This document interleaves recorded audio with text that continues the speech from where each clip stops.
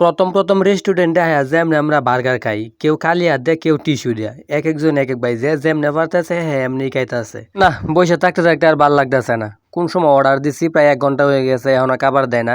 সবাই ছবি টবি তুলতে প্রায় ক্লান্ত। আর কত এতক্ষণ বসে থাকা যায়। যাই হোক, দীর্ঘ সময় বসে থাকার পরে আমরা খাবার দিছে। সবাই আজকে অর্ডার করছিলাম যে একটা বার্গার খাই।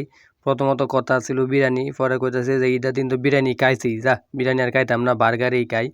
কারণ বার্গারও মজা আছে এই হোটেলের মধ্যে। আজও গেছিলাম কারণ নান্দাইল একটা বালা রেস্টুরেন্ট হয়েছে নতুন, সেই খাবার বলে।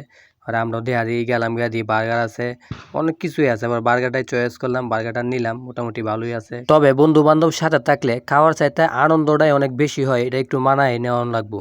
খাইতে খাইতে আমরা অনেক কিছুই খাইছি। আর একজনের টিস্যুর বস্তা, মানে টিস্যু যা আছে সব শেষ করে আলছে, হাতের মধ্যে পড়ছে। এই যে আনন্দ করতো গেহারিয়া খাইছি, হাতে ময়লা ভরাইছে, মুখে ময়লা ভরাইছে, টিস্যু দিয়ে সব মুছছে। খাওয়া দাওয়া শেষ করলাম, খাওয়া দাওয়া শেষ করে চলে এলাম কাউন্টারও বিল দেওয়ার লাগিয়া। বিল জিগাইলাম যে বিল কত হয়েছে, একটা বিল বলেছে অনেকটাই হয়েছে। আমি কইছি যে ঈদের মধ্যে তাহলে কিছু ডিসকাউন্ট হওয়া যায় না? কয় ঈদের মধ্যে তো আপনার আরও বোনাস দিয়ে তুই যাবেন। আমি কই বোনাস তো সব জায়গায় দিতে আছে, আপনার হোটেলে তো কিছু ডিসকাউন্ট দিন।